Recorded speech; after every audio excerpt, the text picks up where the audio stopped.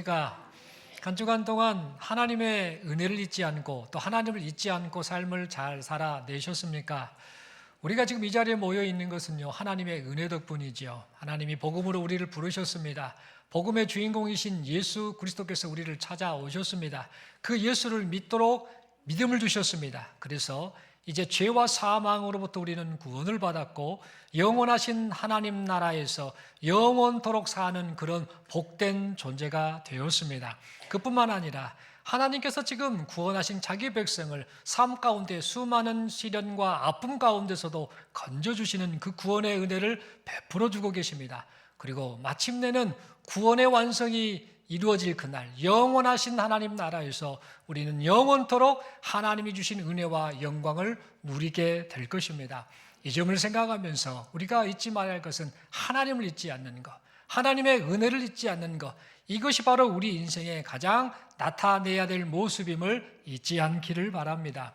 그리고 살면서 어떠한 상황 속에서도 하나님의 은혜만을 자랑하고 감사하고 그렇게 우리 입술 가운데, 우리 마음 가운데 그런 고백이 이어지는 여기 모인 우리 모두가 될 수 있기를 간절히 소망합니다.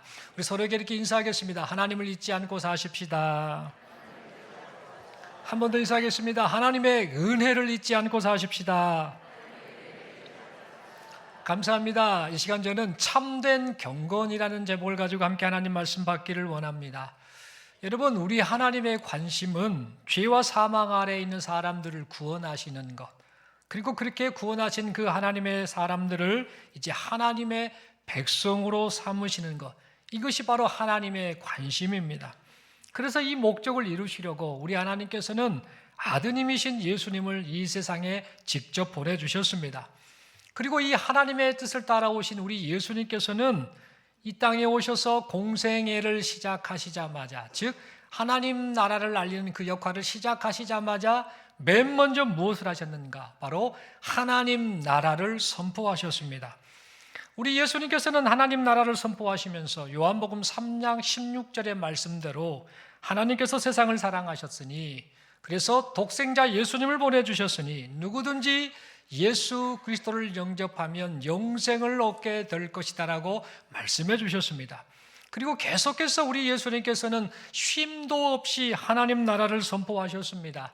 그리하여 그 결과 요한복음 1장 12절 말씀의 기록대로 예수님을 영접하는 자들이 하나님의 자녀가 되는 권세를 얻게 되었고 하나님 나라의 백성이 되는 은혜를 누리게 되었습니다.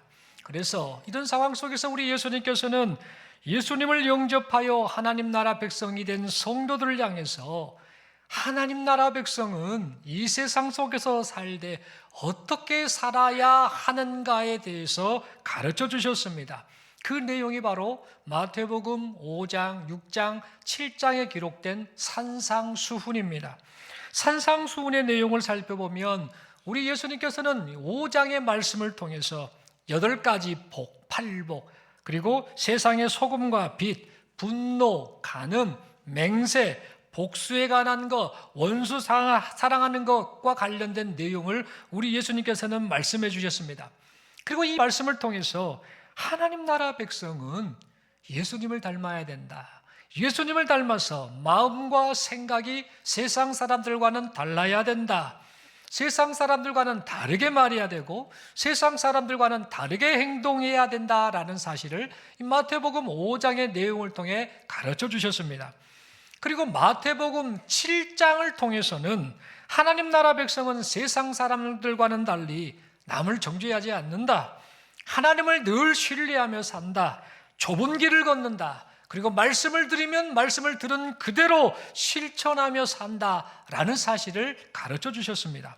또한 오늘 본문의 이 내용과 관련된 마태복음 6장을 통해서는 하나님 나라 백성이 이 세상 속에서 경건하게 살아야 된다라는 사실을 말씀하신과 동시에 어떤 모습이 하나님이 보시기에 참된 경건의 모습인지를 함께 말씀해 주셨습니다.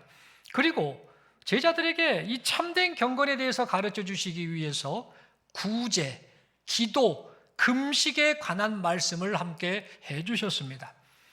그렇다면 여러분, 예수님께서는 왜 이 경건한 삶에 관해서 말씀을 하실 때에 구제, 기도, 금식이라는 이 세 가지 주제를 다루면서 말씀을 하셨던 것일까요?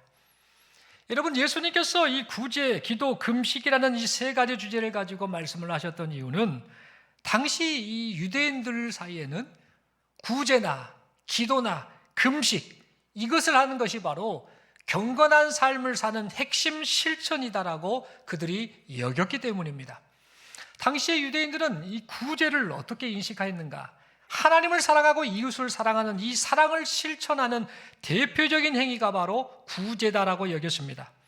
그리고 기도를 어떻게 여겼는가? 기도를 세속에 물들지 않고 하나님과의 관계를 유지하는 영적 호흡으로 여기며 그들은 살았습니다. 뿐만 아니라 금식을 어떻게 여겼는가? 금식을 죄를 회개하고 그리고 하나님 앞에 나 자신을 낮추는 겸손의 표현이다라고 그들은 생각을 했습니다. 그래서 당시 사람들은요, 구제나 기도나 금식하는 이것을 통해서 내가 지금 하나님 앞에 경건하게 살기를 원합니다. 경건을 실천하며 삽니다라는 그런 고백을 하였습니다. 실제로 야고보서 1장 27절의 말씀을 보면은요, 야고보 사도가 경건의 삶이 무엇인지를 분명하게 말해주고 있지요. 하나님 아버지 앞에서 정결하고 더러움이 없는 경건은 곧 고아와 과부를 그 환난 중에 돌보고 또 자기를 지켜 세속에 물들지 아니하는 그것이니라 라고 말을 하고 있음을 보게 됩니다. 여기서 고아와 과부를 환난 중에 돌보는 것, 그것이 바로 구제이지요. 그리고 세속에 물들지 않는 그것은 뭡니까?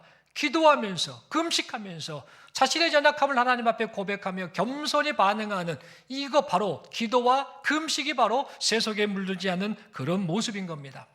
이처럼 당시의 사람들은 구제나 금식이나 기도 이런 것들이 바로 하나님 앞에 경건하게 사는 모습이다라고 그렇게 여겼습니다. 그런데 여러분, 오늘 이 본문의 말씀을 보니까 우리 예수님께서 보시기에 경건한 삶의 실천은 이 구제 행위를 잘못 행하고 있는 사람들이 있었던 것 같습니다. 그래서 예수님께서는 이 외식하는 자들의 잘못된 행동을 지적을 하셨지요. 그러면서 말씀하십니다. 구제를 행할 때에 반드시 이런저런 것을 주의해야 한다라는 사실을 말씀하셨습니다.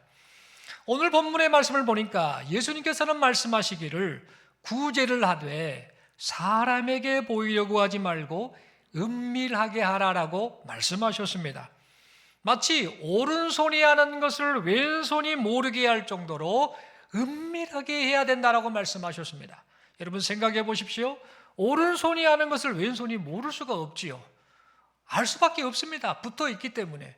그런데 오른손이 하는 것을 왼손이 모를 정도로 하라는 것은 그만큼 드러내지 말고 은밀하게 하라라는 그런 말씀이었던 겁니다. 그리고 이렇게 은밀하게 구제할 때에 은밀한 중에 보시는 하나님 아버지께서 갚아주신다라고 말씀을 해주셨습니다. 여러분, 그래서 우리는 이 말씀을 우리가 자주 들어본 말씀이고 익히 아는 말씀인데 우리는 이 말씀을 생각하면서 오늘날 우리는 이 말씀을 생각하면서 그래, 구제는 은밀하게 하는 것이구나 라고 그렇게 생각을 하고 또한 이런 다짐을 합니다. 그래, 나는 아무도 모르게 은밀하게 구제하며 살아야겠다라고 이렇게 다짐까지 합니다. 그런데 여러분, 여기서 우리가 한 가지 곰곰이 생각해 보아야 할 것이 있습니다. 여러분, 우리 예수님께서는요, 이 본문의 말씀, 은밀하게 구제하는 이 말씀을 통해서 우리가 은밀하게 구제하며 살기만을 바라시면서 이 말씀을 하셨던 것일까요? 우리는 이 말씀을 받을 때 그래, 은밀하게 구제할 거야, 그렇게 해야지 라고 생각을 하며 사는데 그러면 실제로 우리 예수님께서는 그 목적만을 가지고 은밀하게 구제를 해야 된다라는 이 말씀만을 하시기 위해서 이 오늘 본문에 나와 있는 이 말씀을 하셨던 것일까요? 혹시 오늘 본문 말씀을 통해서 우리 예수님께서 진짜 하고 싶으신 말씀은 없었던 것일까요? 여러분, 이 질문에 대한 답을 확인하기 위해서 우리는요, 예수님께서 구제, 기도, 금식에 관해 각각 말씀하실 때에 반복해서 하신 말씀을 우리는 눈여겨보아야겠습니다. 오늘 보면 마태복음 6장 1절의 말씀을 보면은요, 이제 구제에 관한 말씀을 하실 때에 예수님께서 잘못된 구제 행위에 관해 말씀하시면서 잘못된 구제의 행위의 특징을 뭐라고 표현하셨는가? 사람에게 보이려고 라는 말로 표현하셨음을 보게 됩니다. 그리고 마태복음 6장 5절의 말씀을 보면 예수님께서 기도에 관한 말씀을 하시는데요, 이때 예수님께서 잘못된 기도 행위에 관해 말씀하시면서 그 잘못된 기도 행위의 특징 역시 무엇인가? 사람에게 보이려고 라는 말로 표현하셨음을 보게 됩니다. 뿐만 아니라 마태복음 6장 16절을 보면은요, 이때 예수님께서 금식에 관해 말씀을 하시는데요, 이 금식에 관해 말씀을 하실 때에 잘못된 금식 행위에 관한 말씀을 하시면서 그 특징 또한 사람에게 보이려고 라는 말을 또다시 사용해서 말씀하셨음을 보게 됩니다. 그리고 반대로 성도가 구제하거나 기도하거나 금식을 했을 때, 근데 주님의 말씀처럼 은밀하게 구제, 기도, 금식을 했을 때에는 마태복음 6장 4절, 마태복음 6장 6절, 마태복음 6장 18절을 통해서 동일한 표현이 나오는데 어떤 표현을 하고 계시는가? 은밀한 중에 보시는 너의 아버지께서 갚으시리라 라는 이런 공통된 표현을 말씀해 주셨음을 보게 됩니다. 그렇다면 여러분, 예수님께서 구제, 기도, 금식에 관해 말씀하시면서 이와 같이 동일한 표현을 반복해서 말씀하신 이유가 무엇일까요? 우리가 생각하기에 우리 예수님께서 이렇게 말씀하시면 좋지 않습니까? 구제는 이렇게 해라, 기도는 저렇게 해라, 금식은 이렇게 해라 라고 말씀하시면서 구제는 구제에 관한 나름대로의 말씀을 하시고, 기도는 기도에 관한 나름대로의 말씀을 하시고, 금식은 금식대로 또 나름대로 말씀을 하시는 것, 그것이 맞는 것 같은데, 즉 각각 구제나 기도나 금식에 따라 각각의 다른 말씀을 하시는 것이 맞아 보이는 것 같은데, 우리 예수님께서는 왜 구제나 기도나 금식과 같은 이 모든 행위에 대해서 똑같은 말씀을 하셨던 것일까요? 다시 말해, 사람에게 보이려고 라는 이런 말씀과 함께 은밀한 중에 보시는 아버지께서 갚아주시리라 라는 이 말씀을 동일하게 반복적으로 말씀하셨던 것일까요? 여러분, 그 이유는 구제나 기도나 금식은 모두 다 경건한 행위인데, 이 모든 경건의 행위에 있어서 가장 중요한 것은 너희가 어떤 동기를 가지고 행했느냐가 중요하다라는 사실을 가르쳐 주시기 위함이었습니다. 다시 말해서 비록 구제를 하고 기도를 하고 금식을 한다 할지라도 하나님을 의식하지 않는 구제, 하나님을 의식하지 않는 기도, 하나님을 의식하지 않은 금식은 하나님께서 인정하시는 그 경건이 아니다라는 사실을 가르쳐 주시기 위함이었습니다. 여러분, 결국 예수님께서는요, 하나님이 나를 어떻게 보실까를 생각하면서 우리 모두의 모든 신앙행위를 하나님 앞에서 행한다라는 마음으로 하라라고 지금 말씀을 하고 계신 것입니다. 아무리 귀해 보이는 신앙행위를 한다 할지라도 하나님을 의식하지 않는 신앙행위는 하나님이 인정하시는 모습이 아니다라는 사실을 말씀하고 계시는 겁니다. 여러분, 하나님께 보이려는 신앙이 있죠. 그리고 사람에게 보이는 신앙이 있죠. 하나님께 보이려는 신앙과 사람에게 보이려는 이 신앙은요, 겉보기에는 둘 다 비슷합니다. 둘 다 겉에 보기에는 가치가 있어 보입니다. 잘하는 것처럼 보입니다. 하지만 그 내면을 들여다보면은요, 확연한 차이가 있습니다. 하나님께 보이려는 신앙과 사람에게 보이려는 신앙은 겉보기에는 비슷합니다만 그 내면을 가만히 들여다보면 확연한 차이가 있다는 겁니다. 어떤 차이가 있을까요? 먼저 사람에게 보이려는 이 신앙은요, 그 모든 관심이 어디에 있느냐면 사람에게 인정받고 싶어하는 그 마음이 있기 때문에 모든 관심이 사람이 나를 어떻게 볼까, 여기에 온통 관심이 쏠려 있습니다. 그래서 신앙생활의 목적이, 신앙행위의 목적이 하나님의 영광이 아닙니다. 내 명예이지요. 내 이미지가 다른 사람에게 좋게 보이는 것, 이것에만 온통 관심이 있습니다. 사람에게 보이려는 신앙을 가진 사람들의 중요한 특징이다라는 겁니다. 그래서 사람들이 보는 자리, 사람들이 많은 자리, 사람들이 보고 있는 자리에서는 열심을 냅니다. 그런데 사람들이 보지 않을 때는 어떤 반응을 보이는가? 느슨해지고 안일해집니다. 태도가 바뀝니다. 뿐만 아니라 누군가에게 잘 보이려는 마음이 생기면, 예를 들어서 목사에게 잘 보이고 싶어하는 성도들이 있겠지요. 어느 교회나 있지 않겠습니까? 그러면 그 목사에게 잘 보이려는 마음이 생기면은요, 그 특정 인물이나 목사나 어떤 그 인물 앞에서 아주 열심을 냅니다. 그런데 그 누군가, 어떤 특정 인물에게 더 이상 잘 보일 필요가 없다라는 생각을 하게 되면, 즉 잘 보이고 싶은 마음이 사라지면 어떤 반응을 보이는가? 그 사람이 어떻게 생각하든 말든, 그 사람이 보든 말든 아무 상관을 안 합니다. 그래서 자기 편한 대로 신앙생활을 그만 엉망으로 하고 맙니다. 결국 환경, 관계, 상황에 따라 신앙행위가 이랬다 저랬다 달라지는 그런 모습을 보이고 만다라는 겁니다. 여러분, 왜 이런 모습이 나타나고 말까요? 그 이유는 뭐냐? 사람에게 보이려는 신앙생활을 하고 있기 때문입니다. 그래서 결국 사람에게 보이려는 신앙생활을 하다 보면은요, 무엇에 빠지는가? 외식에 빠지게 되지요. 그래서 외식이 심해지면 위선적인 행동을 나타내게 되지요. 뿐만 아니라 그저 자기 체면을 지키려고 하는 체면 신앙으로까지 빠지고 맙니다. 그러다가 사람들이 막 칭찬할 때는 열심을 내는데 사람들의 칭찬이 사라지게 되면 어떻게 됩니까? 상실감에 빠집니다. 좌절감에 빠집니다. 공허함에 빠집니다. 그래서 신앙이 흔들려버리는 이런 경우를 우리는 종종 보게 된다는 겁니다. 반면에 하나님께 보이려는 신앙은 어떤 반응을 보이는가? 하나님께서 지금 나를 어떻게 보실까? 온통 관심이 그것에 있습니다. 하나님이 지금 내 마음을 어떻게 보시고 내 상태를 어떻게 보실까라는 그것에 온통 관심이 쏠려 있습니다. 여러분, 하나님께 보이려는 신앙은요, 모든 신앙 행위의 목적이 하나님을 기쁘시게 하는 데 있습니다. 아버지 하나님을 기쁘시게 하는 것이 신앙생활의 목적이 됩니다.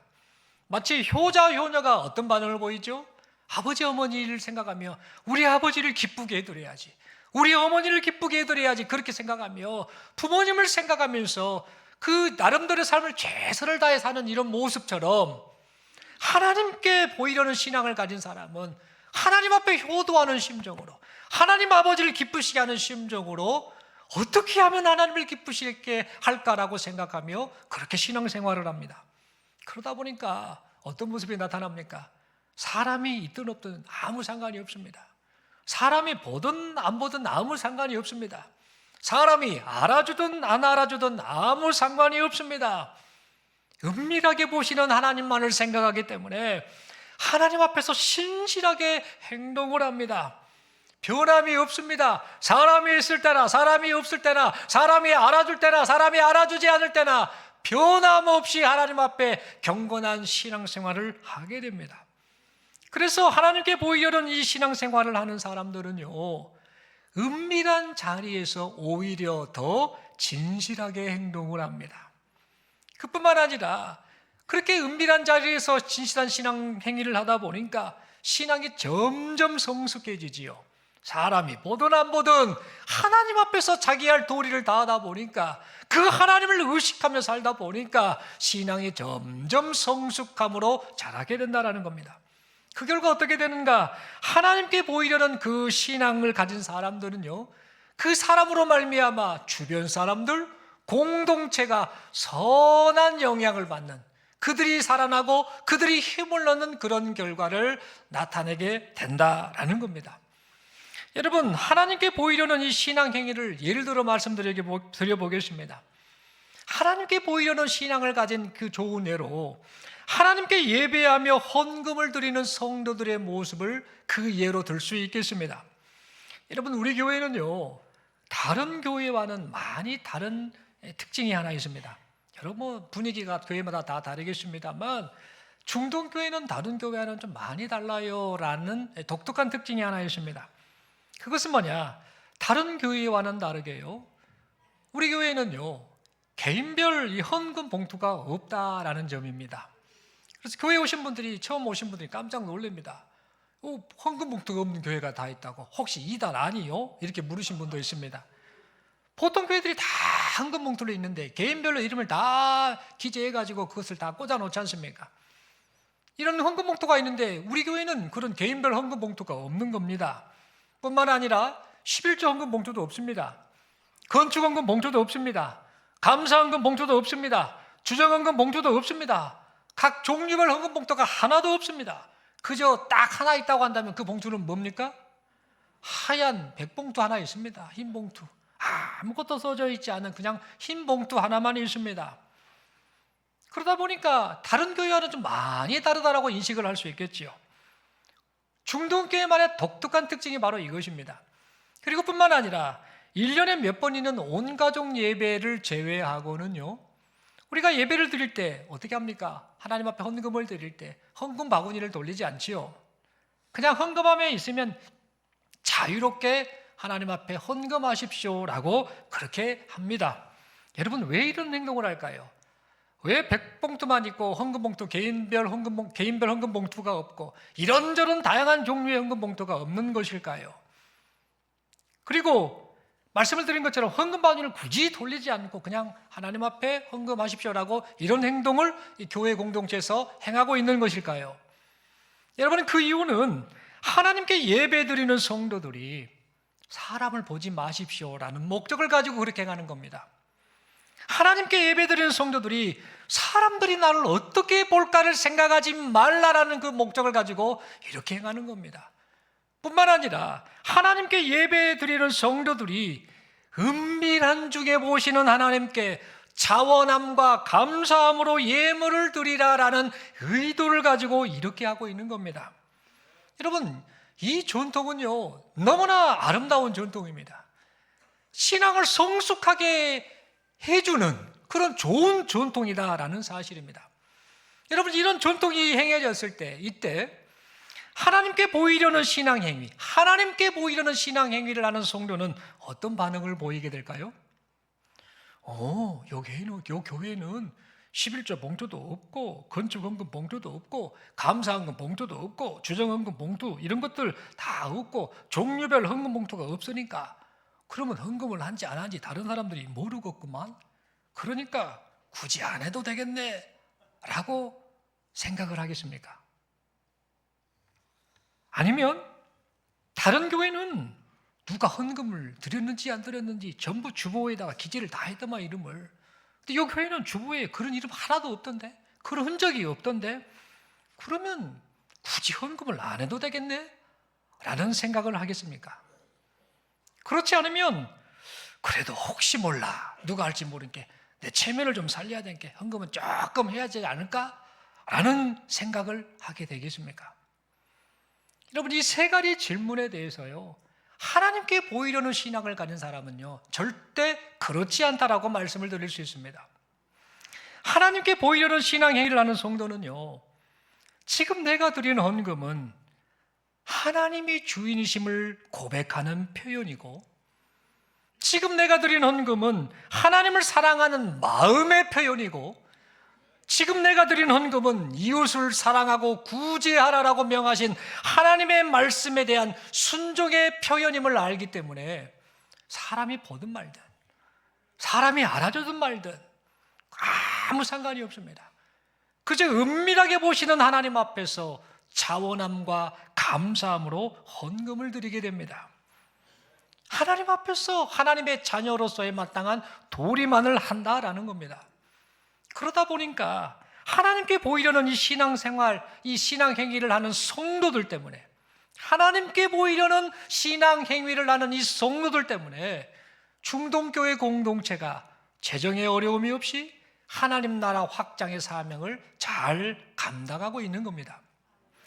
여러분, 이처럼 하나님께 보이려는 이 신앙생활을 하는 사람은요, 은밀한 자리에서 더 진실하게 행동합니다. 사람이 보든 말든 그것이 중요한 게 아닙니다.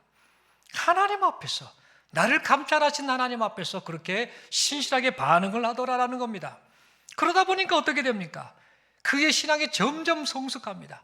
사람을 의식하지 않고 절대자이신 하나님 앞에서 하나님을 의식하며 그렇게 살다 보니까, 그렇게 신앙생활하다 보니까 사람이 있든 없든 환경이 바뀌든 아니 바뀌든 상관없이 신앙이 점점 성숙해지게 됩니다. 그래서 그 결과 주변 사람이 위로를 받지요. 그 경건 행위를 하는 그 성도로 말미암아 주변 사람이 위로를 받고, 주변 사람이 힘을 내게 되고, 그 경건 행위를 하는 그 성도로 말미암아 공동체가 성장하고 성숙하는 은혜가 나타나게 된다는 겁니다. 여러분, 그러므로 이 시간 우리가 추구해야 할 신앙생활의 모습은요, 하나님께 보이려는 신앙생활을 하는 것이다라는 사실을 잊지 않기를 바랍니다. 또한 사람에게 보이려는 신앙과 하나님께 보이려는 이 신앙은요, 겉보기에는 비슷하지만 말씀을 드렸던 것처럼 그 내면을 들여다보면 분명한 차이가 있다는 사실도 잊지 않아야겠습니다. 여러분, 결국 누구에게 보이기 위해서 신앙생활을 하느냐가, 누구에게 보이기 위해서 신앙생활을 하느냐가 하나님께 보이려는 신앙이냐 사람에게 보이려는 신앙이냐를 결정짓고, 참된 경건의 삶을 사람이냐 그렇지 않은 사람이냐를 결정짓는다는 사실을 잊지 않기를 바랍니다. 그런데 여러분, 가만 보면은요, 우리가 이 신앙생활을 한다고 하면서요, 이상하게 하나님 앞에서 신앙생활하지 않고 사람 앞에서 신앙생활하려는 잘못을 범할 때가 좀 많은 것 같습니다. 여러분, 왜 그럴까요? 우리는 분명 하나님 앞에서 신앙생활하지 않아요. 신앙은 하나님과의 관계 아닙니까? 그게 우선이고, 그 관계가 이제 이웃들에게 점점 퍼져나가는 거 아닙니까? 사랑으로 이제 열매로 나타나는 거 아닙니까? 우선은 하나님 앞에서 하나님께 보이는 신앙, 이것이 중요하지 않습니까? 그래서 그렇게 살기를 우리가 결심하고 결단하고 기도하지 않습니까? 그런데 실제로 삶 속에서 가만 보면 하나님 앞에서 신앙생활하지 않고 사람 앞에서 하려는 그런 잘못된 모습을 우리가 보일 때가 있더라는 겁니다. 여러분, 왜 그럴까요? 그 이유는 단순합니다. 간단합니다. 왜냐하면 사람은 눈에 보이잖아요. 눈에 보입니다. 내가 무슨 행동을 하든 어떤 반응을 하든 다 봅니다. 사람들이 눈에 보이고 있지 않습니까? 반면에 하나님은 눈에 보이지 않으시잖아요. 그래서 눈에 보이는 사람을 우리도 모르게 의식하며 그 사람에게 잘 보이려고 하는 이런 행동을 나타내고 말더라라는 겁니다. 뿐만 아니라 사람은요, 우리가 뭔가를 잘하고 막 열심을 내면 어떻게 반응합니까? 칭찬을 합니다. 아이고 대단하시다고, 아이고 열심히 하신다고, 아이고 수고하신다라고 그렇게 인정을 해주지 않습니까? 그런데 하나님은 어떤 반응을 보이시는 것 같습니까? 우리가 고생하는 것 같은데 알아주시는 것 같지 않아 보입니다. 그저 아무 말씀도 안 하시는 것 같아 보이고, 그저 침묵만 하시는 것 같아 보입니다.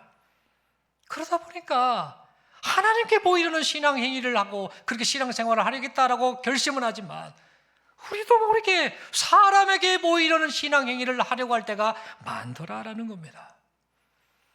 여러분, 만약 우리가 이런 모습으로 신앙생활을 하고 있다고 한다면요, 우리는 잊지 말아야 합니다.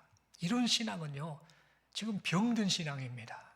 방향을 잘못 잡고 가는 신앙생활이다라는 겁니다. 여러분, 이것은 예수님 당시에 종교 지도자들이 행했던 외식하는 모습이 있었지 않습니까?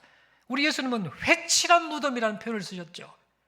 무덤의 겉 부분은 석회가루로 딱 포장되어 있어서 반질반질하고 부드러워 보입니다만 속은 시체가 썩어 있는 회칠한 무덤, 그런 모습이라고 이 종교 지도자들을 예수님께서 질타하셨는데, 우리가 사람에게 보이려는 이런 행동을 하는 것은요, 어찌 보면 이 종교 지도자들, 외식하는 자들의 모습을 그대로 닮은 모습이다라고 말씀을 드릴 수 있는 겁니다.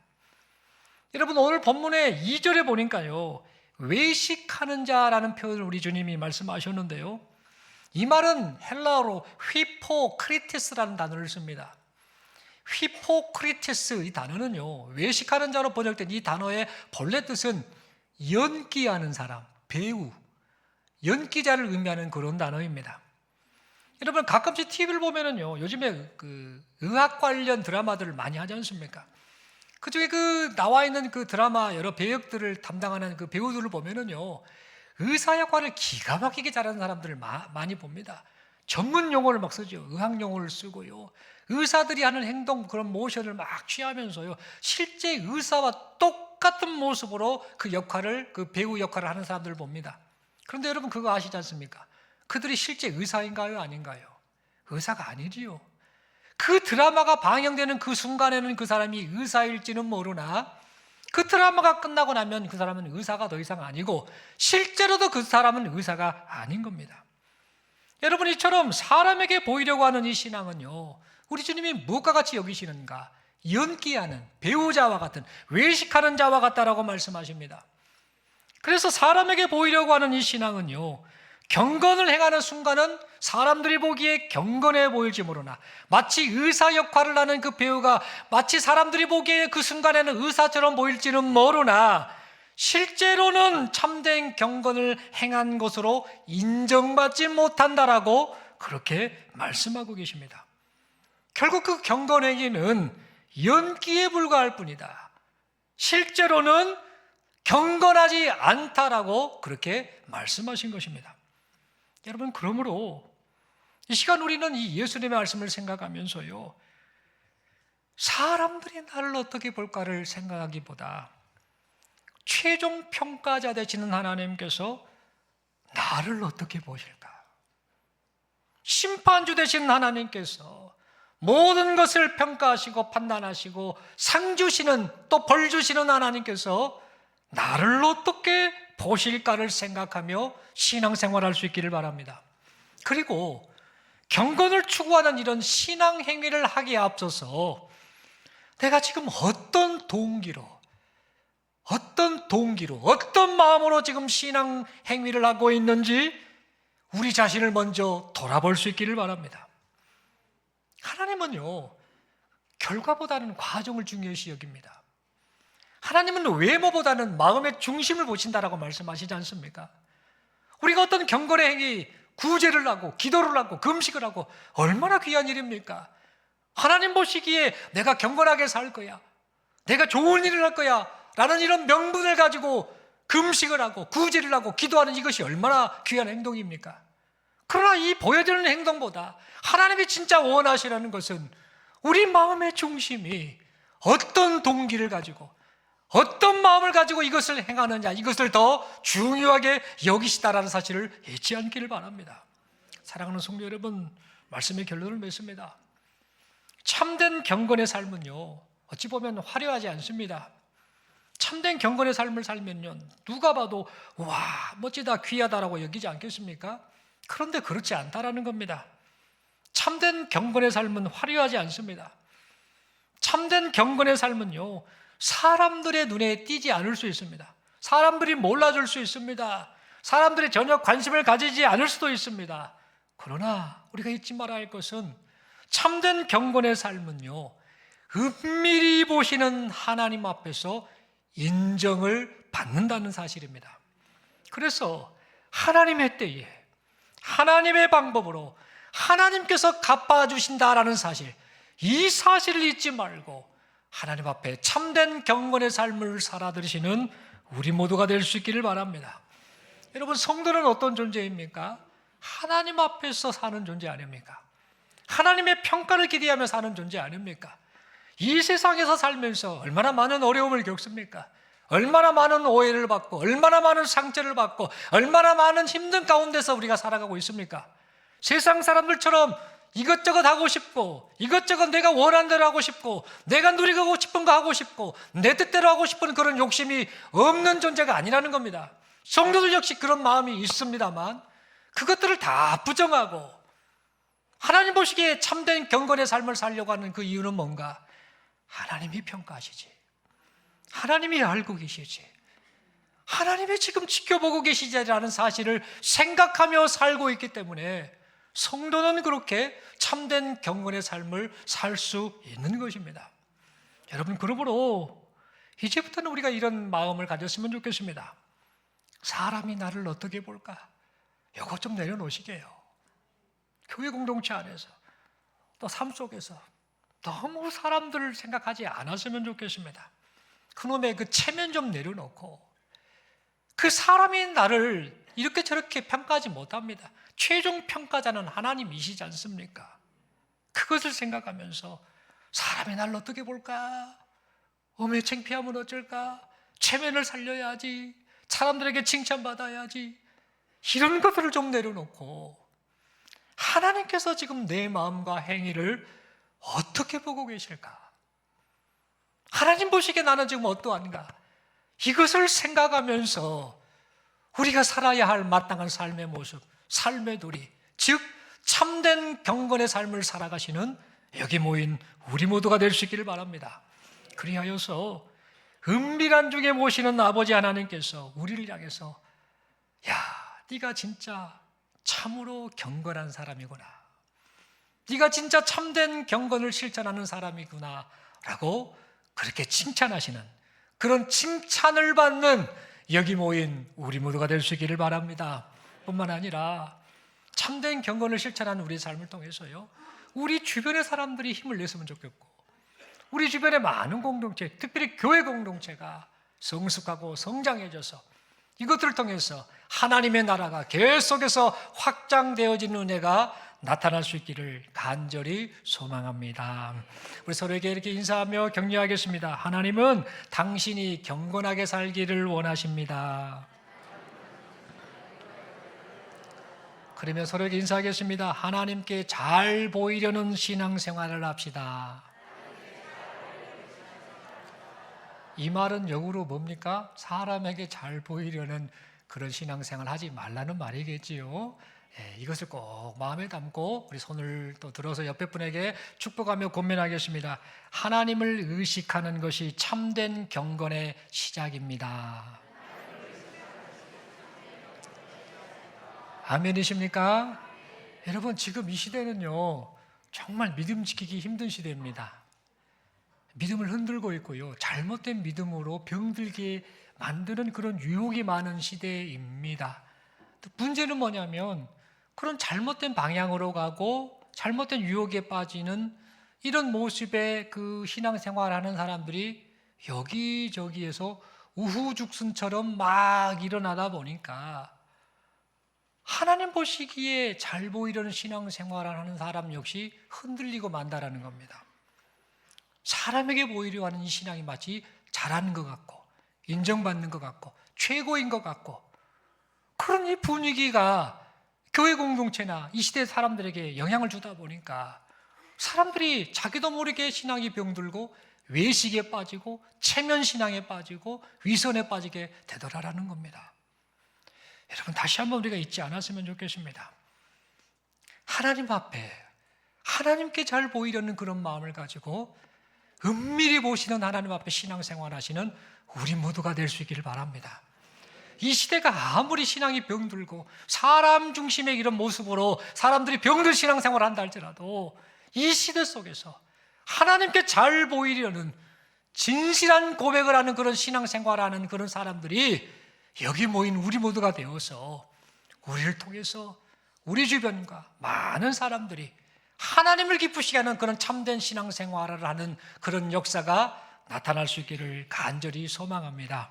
이렇게 될 때 은밀히 보시는 하나님께서 여기 모인 우리 모두를 칭찬하시고 또 우리를 통해서 말씀을 드린 것처럼 하나님의 나라가 계속해서 확장되는 그런 은혜가 나타날 줄로 믿습니다. 우리 기도드리겠습니다. 하나님 아버지, 감사합니다. 말씀을 받았습니다.